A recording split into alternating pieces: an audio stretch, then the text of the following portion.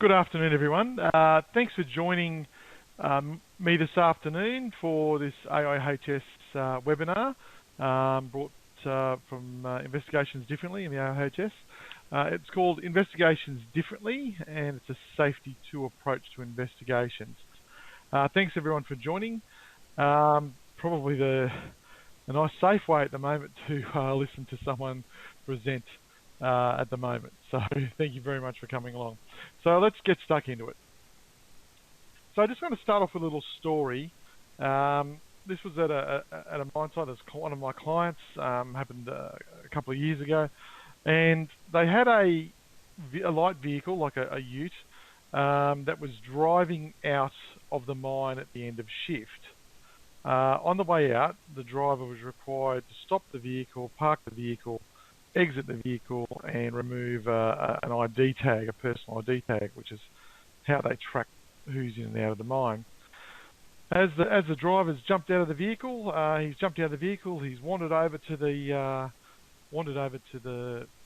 tag board, grabbed his tag, turned around, and then his vehicle wasn't there. Unfortunately, it didn't have the handbrake on or in gear or anything like that, and the vehicle rolled down the decline or the ramp inside the underground workings, and it hit a truck parked down the decline, a specialist truck which is used to spray shotcrete. Now, the investigation team at the time, they did an ICAM, and I guess it'd be no surprise to anyone what the outcome was, and that was it. The worker failed to follow the procedure, the park-up procedure. And it's not hard to guess then what they decided the corrective actions were. And if I see you, I bet a lot would be nodding their heads or saying, yep, he got retrained and got written up. And that's exactly what happened. He received a written warning and retrained in operating light vehicles. How often have you seen this? Like, write them up and retrain, or blame and train. It's just talk about pandemics. It's a pandemic in investigations right across all industries that we often see, and everyone's had enough. Now, would this have worked? Will this stop an incident happening again? Will this stop this incident happening again? This miner had been driving vehicles and operating underground for 12 years. It's just write them up, retrain them, and let's just repeat. And unfortunately, that's pretty much what happened. So almost 12 months to the day was the same week. Same mine, the driver doing the same task, coming out of the mine underground workings exactly the same time at the end of shift, had to get out and grab their tag off the tag board there, their ID tag, and turned around, and once again, light vehicle down the ramp, and this time it hit a wall. There's a very busy part of the mine at the end of shift because all the miners had to stop and remove their tag. So, the problem with it was the initial investigation just focused on what happened, which resulted in blaming the operator. There was no organisational issues identified. So I investigated this one using the technique we're going to talk about later. And this is what we found. We found a whole lot of stuff was wrong. There was no field leadership. There They didn't know what they would, there was no program in place to track controls. There was resource constraints. There was supervision issues. The supervisors, they were good miners, and they'd been promoted to supervisors with no training whatsoever on what their role was. They didn't know what they had to do. Risk assessments, and change management. Those were issues here as well. They'd changed this part of this task that they were required to do, and there was no risk assessment. There was no management of change. People were constantly taking shortcuts. There was a history. I looked at a few of the other investigations, and it was the same type of investigation each time. They blamed the operator, the driver, the person involved, and that and put it in. They'd write them up or they'd retrain them. That's what they do. Normalised deviation. I spent several days underground with these workers, and hardly anyone parked the so-called correct way. The mine had trade-offs. It was marginal. As I said before, change management. There was production pressure. The driver felt he had to get out of underground quickly because he didn't want to interrupt the next stage in the process of mining, which he would have if he had delayed it. There were time constraints. All these things, resource constraints. The parking area. So everyone underground had to stop in this area and drive out, but there was spots for one car, and that was it. So we can see there's a lot more there. That had there. One of the key things was there was just a real lack of proactive control, of verification of controls. Driving there, they acknowledged was one of their critical risks, but they weren't verifying that the controls they had in place for vehicle movements would succeed.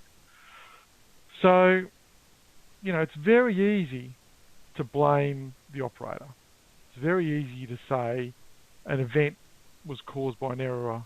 And as Todd Conklin says, saying an event was caused by error or not following a procedure is like saying an object fell due to gravity. It's always true. It just doesn't teach us anything.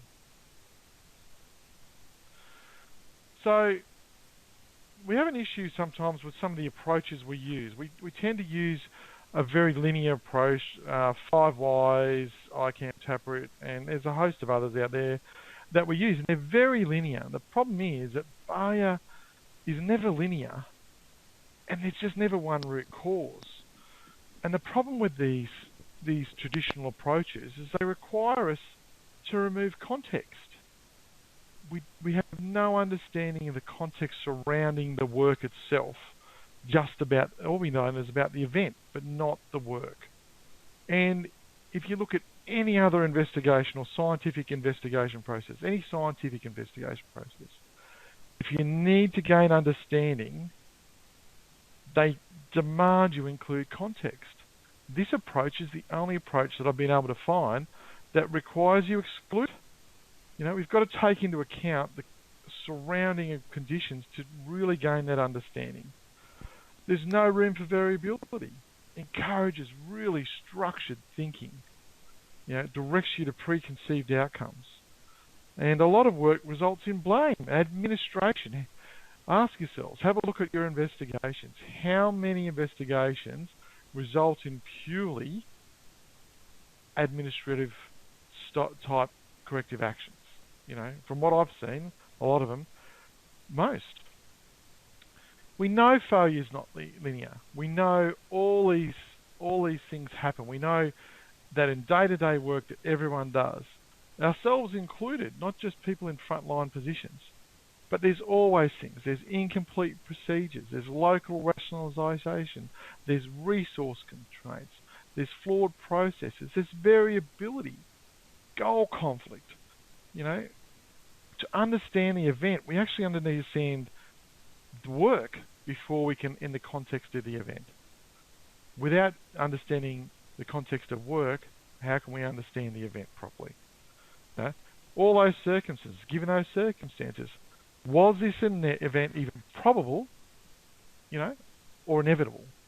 How often have you heard that saying, it was bound to happen, or people say, it was bound to happen? I'm surprised it didn't happen earlier, or it's no surprise.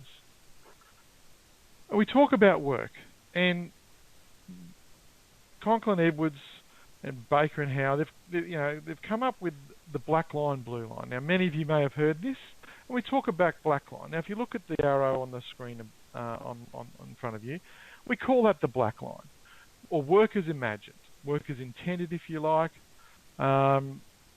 That's where that's where our procedures and policies and all that. We've got this nice straight black line. That's the line that all our workers aren't meant to cross over. It's black, it's written in ink, and that's what we have. But we know, right, that that's not how work gets done. We know there's a blue line, and we call the blue line normal work, or work is done. We call it normal work. Every day there's variability, on work every day.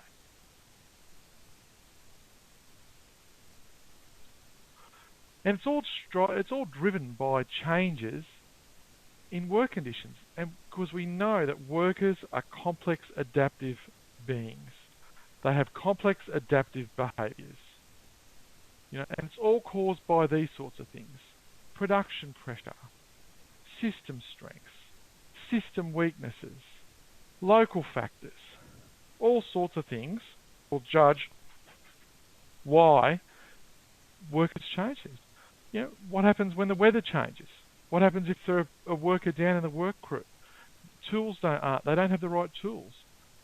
Workers will do what they need to do to get the job done. Now, all these things exist all the time.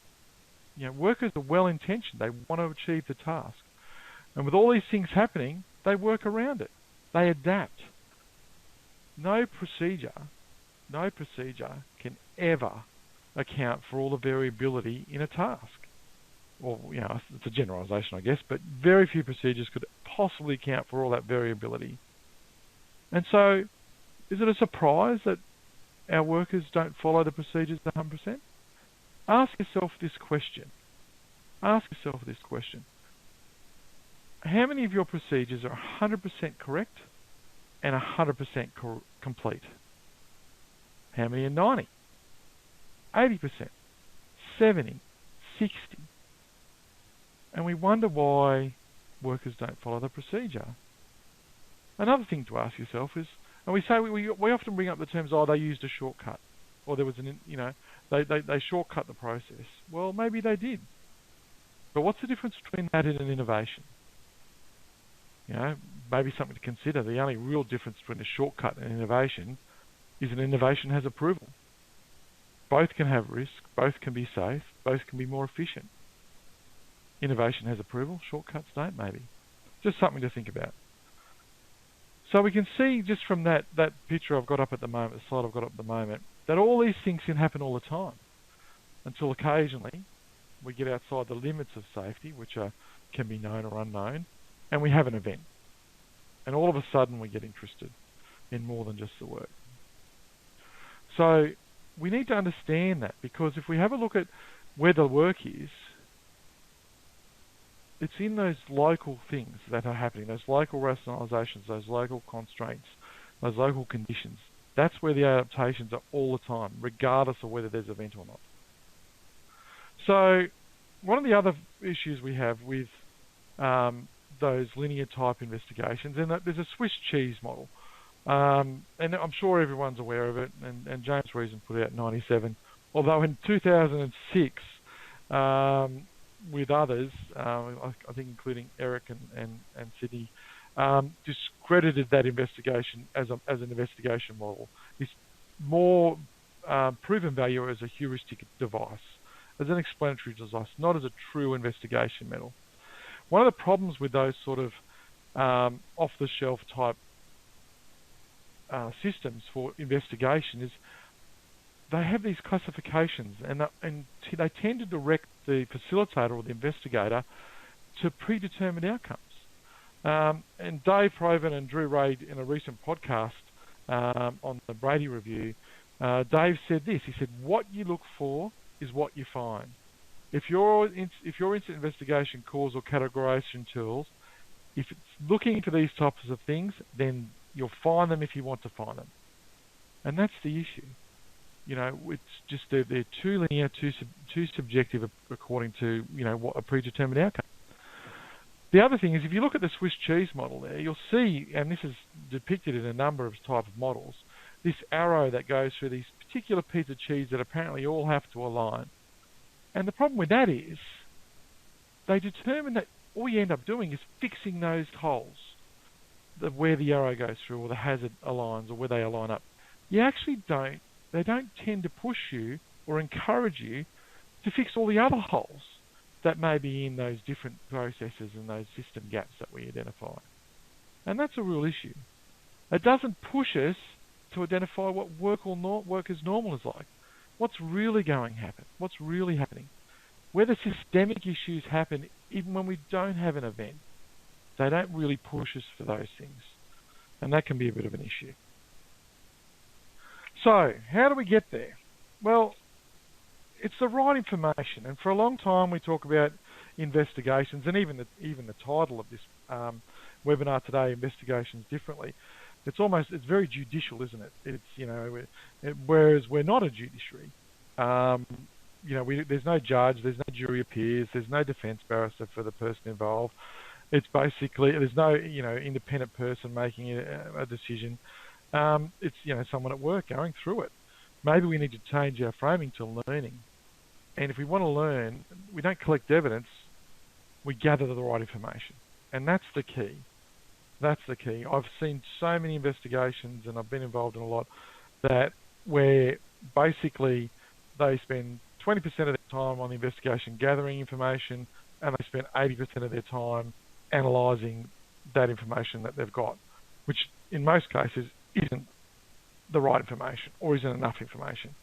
It really should be the other way around. We really should be spending 80% of our time gathering the right stuff, gathering that right information, and 20% analysing it.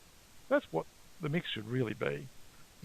Unfortunately, I see too much rubbish in and accordingly too much rubbish out. A little bit more on that traditional timeline. Everyone's seen these sort of things, and this will make sense a little bit later, shortly as we go through the presentation. A traditional timeline, we've seen this: date time worker did Y, date time worker didn't Y, failed to, didn't follow procedure, and then they got injured. And that's all about the event. It's all about the event.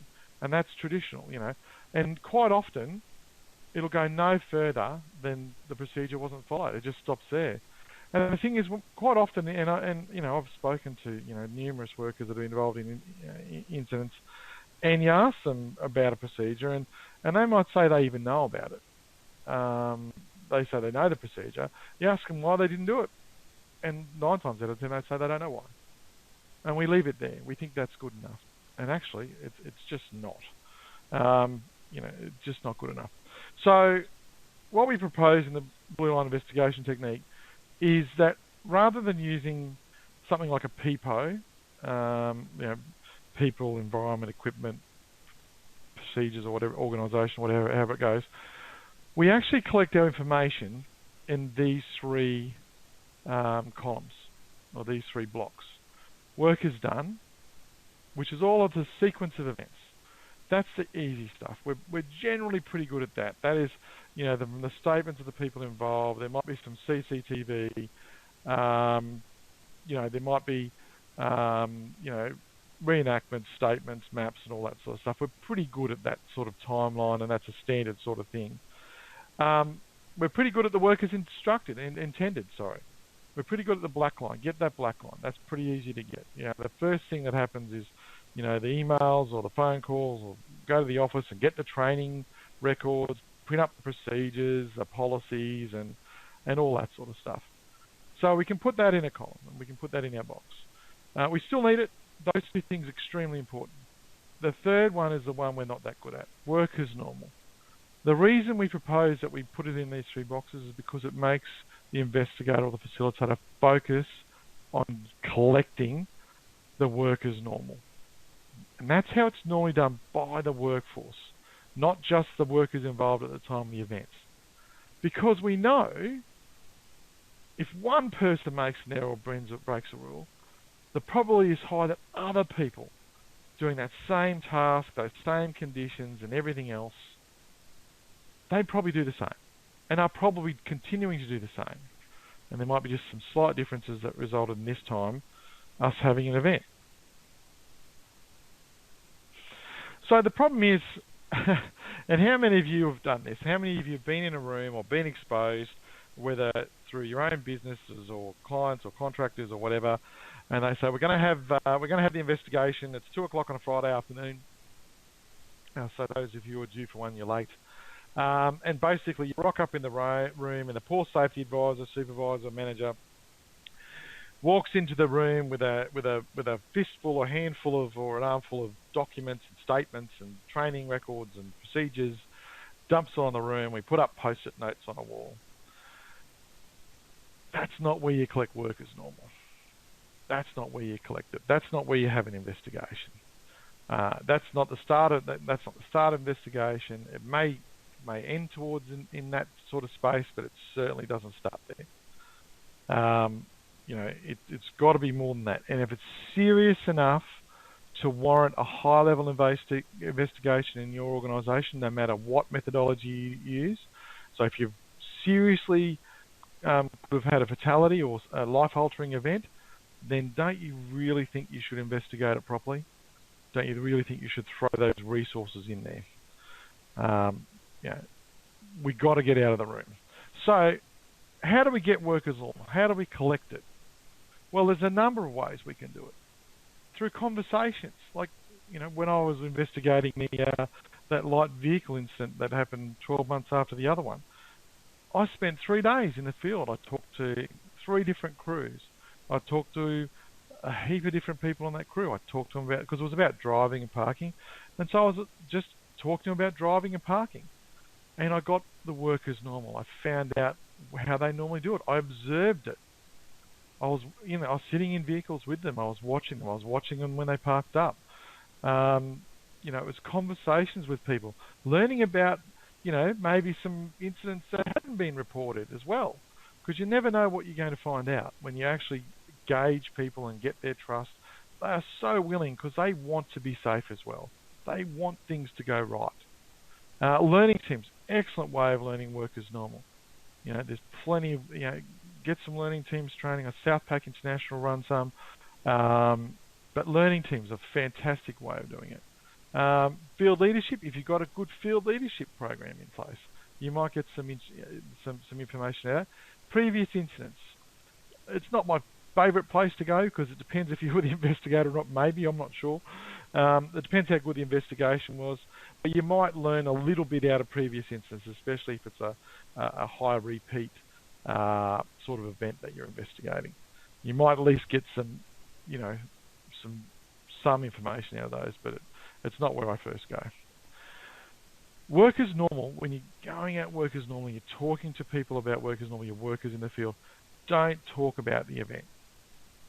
Because you're not here about the event and it can put blinkers on. It focuses only on the task.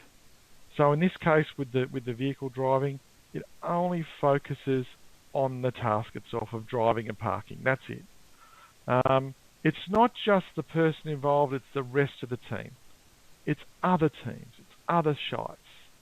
I always ask groups when I'm speaking, why does the saying exist, do it on night shift? Why does it exist, say, do it on night shift? Everyone knows, everyone's nodding their heads. It's because that's when stuff gets done.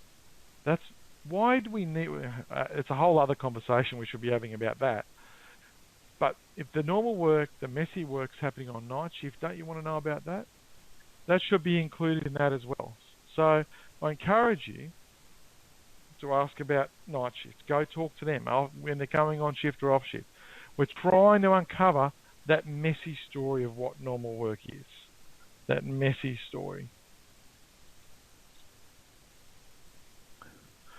When you're talking to people, when you talk to the person that that may have been involved, and this is a quote from Andrea Baker from over in America.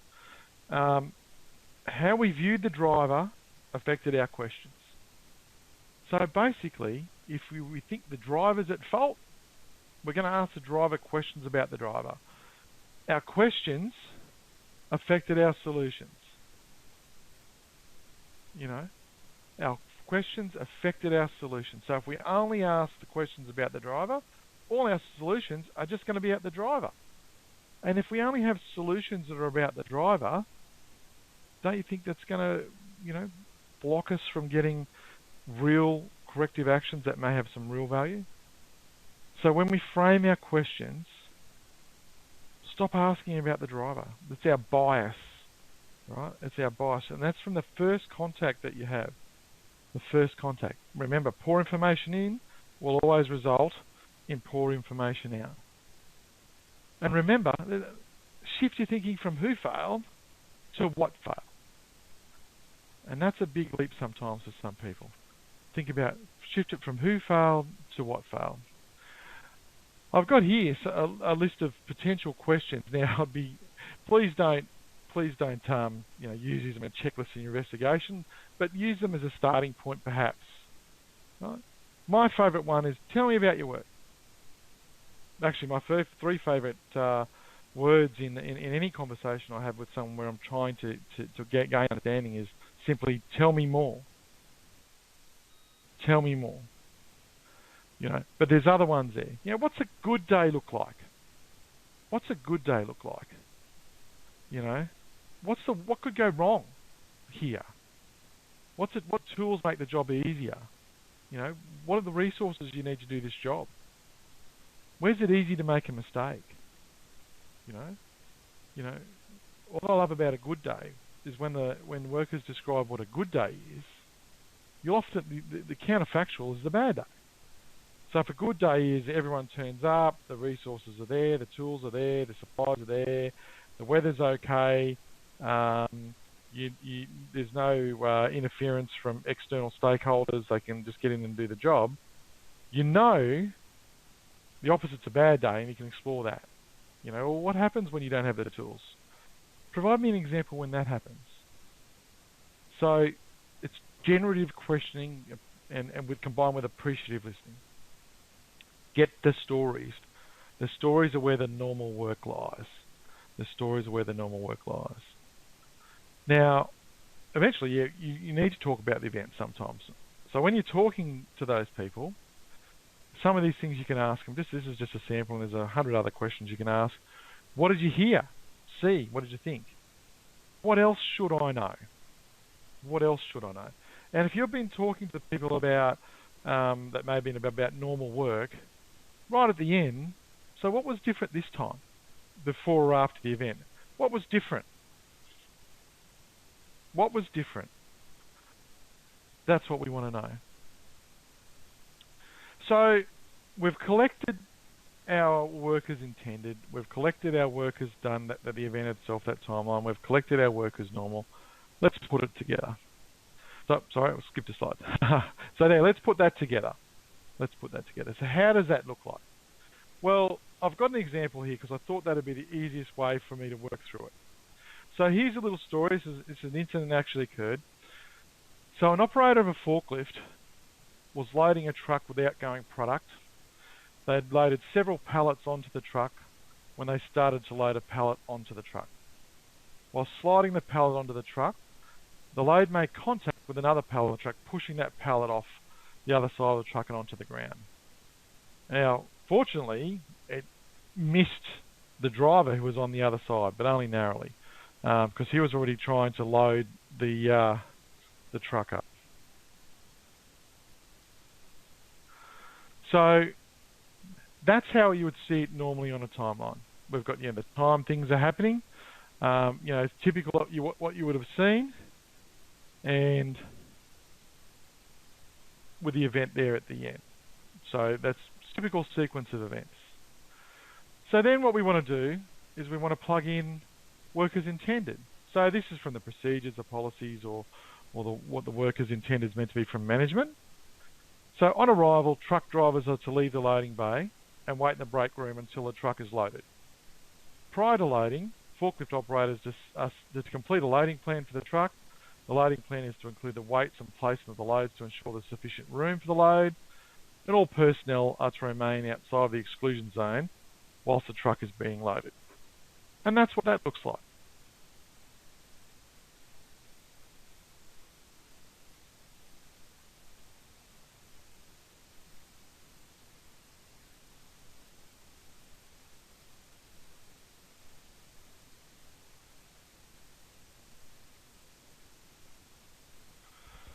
So as you can see, we try and line that up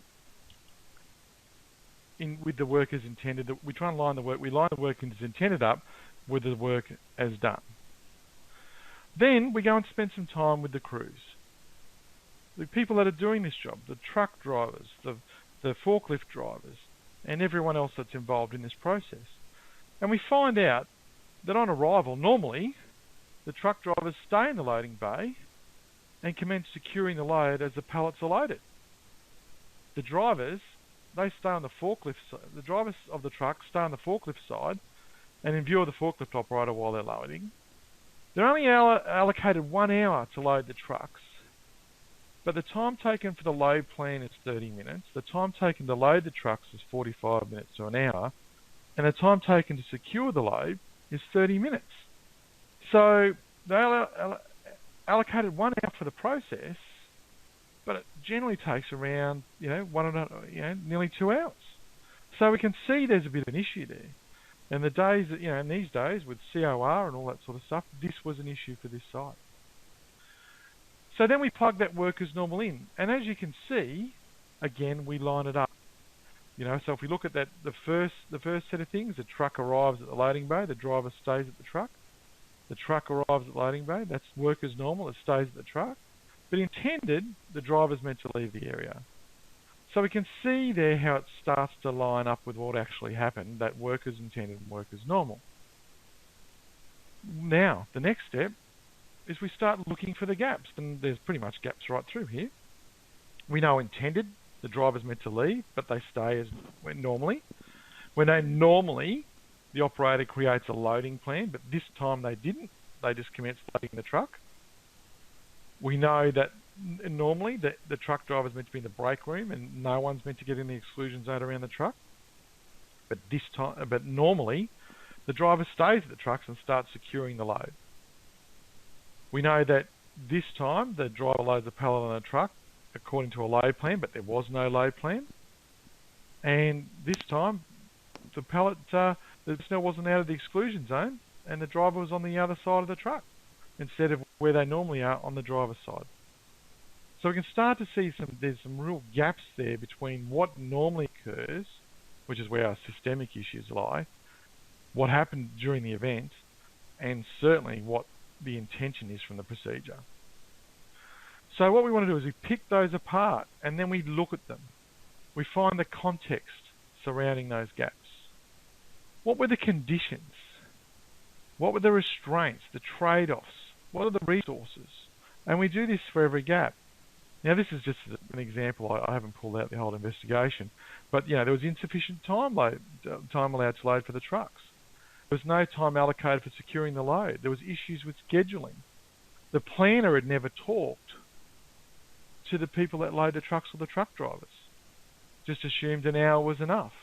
Didn't take into account time for securing the load or to prepare the load handling process. There were issues around the supervision of the loading process. There was no verification of those controls. So we're starting to see there's a lot of conditions here that occur all the time. And if we have a lot of conditions here that occur all the time, and if we only fix those ones at the time of the event, we're going to miss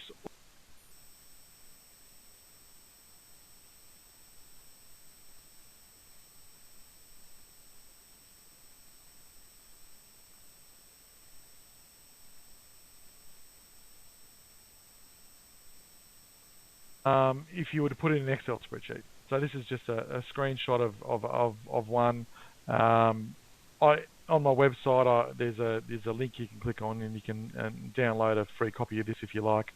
But basically, you'll have the work as intended, work as normal, work as done as a 3-tier timelines where normally you just would have had the sequence of events, and then we look at the conditions.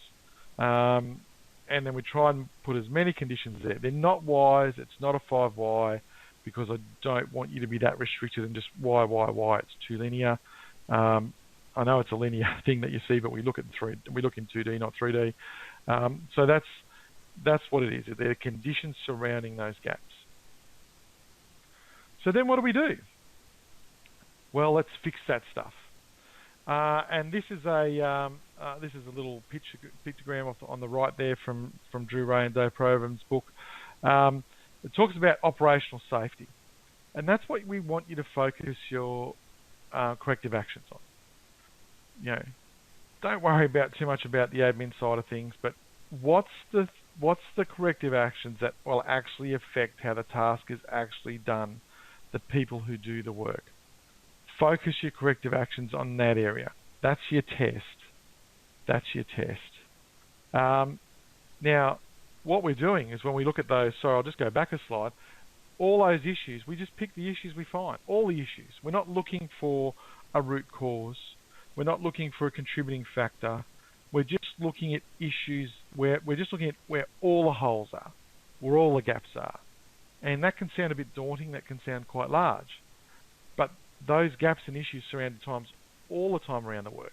So we need to fix them for all of the work.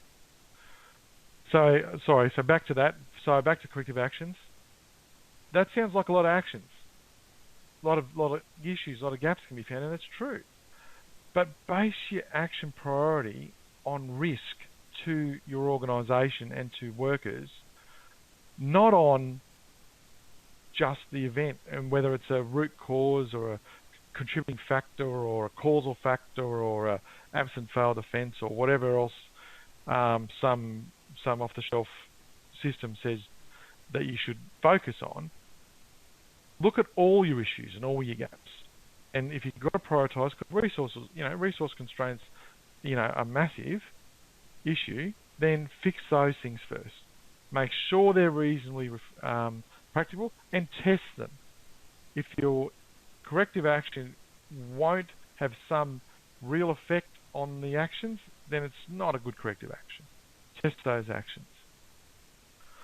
Now, look, if you are going to use other models, so if you are using ICAM, Taproot, or whatever you need, you can plug that 3-tier timeline into any of those models.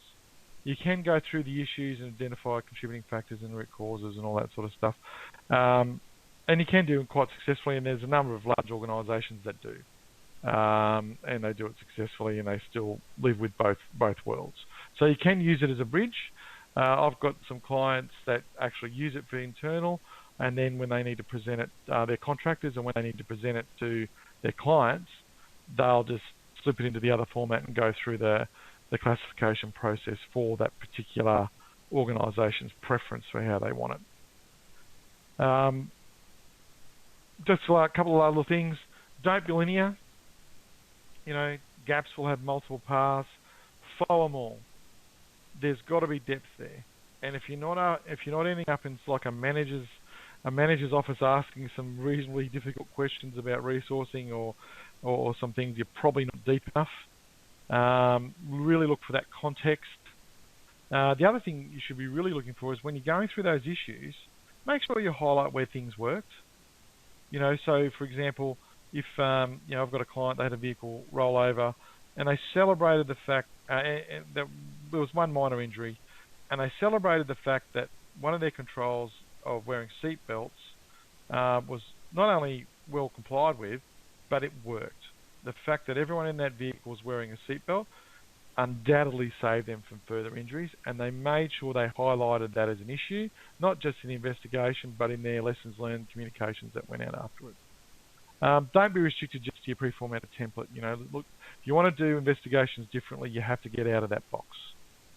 That's what the whole point of it is. So, yep. Look, if you want to learn a bit more about it, the AIHS is got some endorsed training down at in Sydney, and that's on the 25th and 26th of March. So if you go to the AIHS website, their events section, you'll find the course there. There's a discount for AIHS members. I'll be running that course, and at this stage I've got no intention of doing anything but running it, unless the government shuts down flying. Then we might have an issue there. But at this stage, that's definitely on, and hopefully I might see some of you there. And thank you very much. That's me. As I said, if you go to our website, you'll get that tool, that timeline tool, if you're interested in it. And I can see I've got a few questions, so I'm going to go through the questions. So your sample investigation only showed 2 gaps, which, okay, yeah. So your sample and incident investigation, this is from Matthew, only showed 2 gaps between 2 of the blocks, but I presume you can have gaps across all 3 blocks for the same time of the event. Yes, Matthew, exactly right. That was just, again, a snapshot of part of something. You can have them across all 3 work as done, work as normal, work as intended. The other thing I want to point out is that you can also have no gaps, but it doesn't mean you don't look at it. It doesn't mean that the work as intended can't be improved. And even if they're doing it as work as normal as per intended, it doesn't mean that work can't take some improvement. And one of the things you'll learn when you go and really investigate work as normal and ask the right questions, the workers will tell you that there's improvement to be made there. So it doesn't mean because intended and normal are the same that it's the right intended or the right normal. So don't dismiss that. Alpha Vitatis, sorry if I pronounce your name wrong. The question is, I've been exposed to a number of investigation tools, and I will challenge the view that it is a framework that is the problem. One of the best investigations was through the ICAM lens. It went back 6 months from the event, and it found numerous organisation factors which created the environment for events to occur. So it's the people who use the tool versus use the tool itself which gives you the outcome. Their bias, organisational culture, pressure of completion. How does this framework guard against these outcomes? Well, you can't guard against bias for a start, because everyone has bias. Drew Ray talks about it.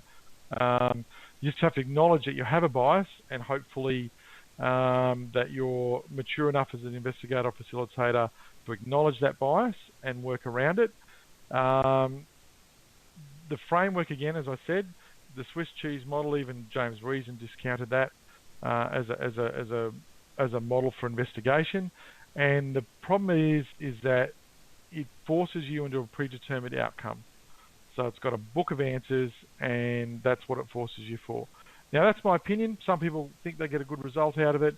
The way this framework, it forces you to be open and consider how the work is completed again. Normally, the 100% of the time, not just the 0.1% of a time where we had an unfortunate outcome.